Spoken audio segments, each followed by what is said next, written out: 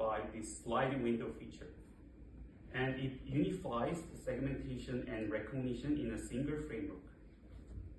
While this eliminates the need for explicit segmentation, HMM lacked the ability to model long-term dependencies. So next is RNN-based method with Thesis loss. These models provided dynamic alignment between input and output sequences, enabling them to handle cursive handwriting without explicit segmentation. So RNN and CTC achieved high accuracy, but they were limited by inflexibility in handling sequences of varying lengths. And to overcome this constraint, sequence-to-sequence models introduced attention mechanism, enabling them to model global dependencies and process sequence in parallel. They provided flexibility for varying sequences lengths and became a robust solution for diverse handwriting styles. This field took another leap forward to transformer, which replaced recurrence with self-attention. This allowed for accelerated training, state-of-the-art accuracy, and got benefit from large-scale pre-training. However, these models came with the drawback of high inference cost, both in terms of computation and memory. Finally, we arrived at compressed transformer. RNN is also kind of this compressed transformer. We also have RWKV and Mamba. It shows simultaneously best accuracy and faster inference and lower memory. So this thesis would be the first exploration of the potential addressing this inference and memory issue using compressed transformer. Since I haven't seen the previous study which applies these models to handwritten text recognition.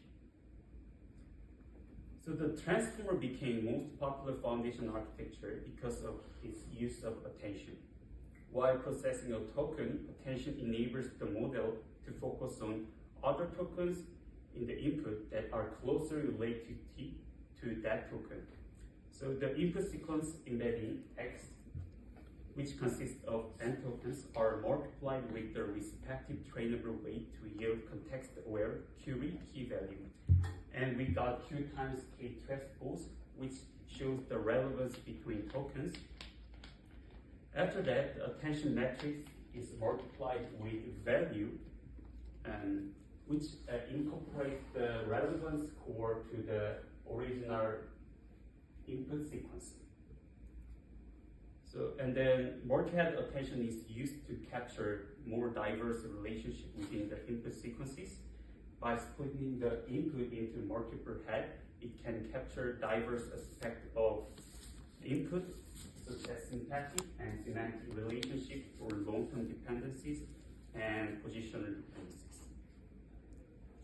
So retention network published by Microsoft Research is also a foundation architecture that shares a similar base structure with transformer.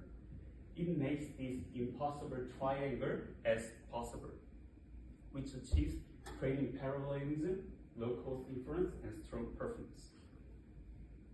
This is achieved by this retention mechanism, which circumvents the softmax operation with D-matrix and group normalization. So this D-matrix incorporates the spatial and sequential prior to the model, and it actually possible to circumvent the softmax function.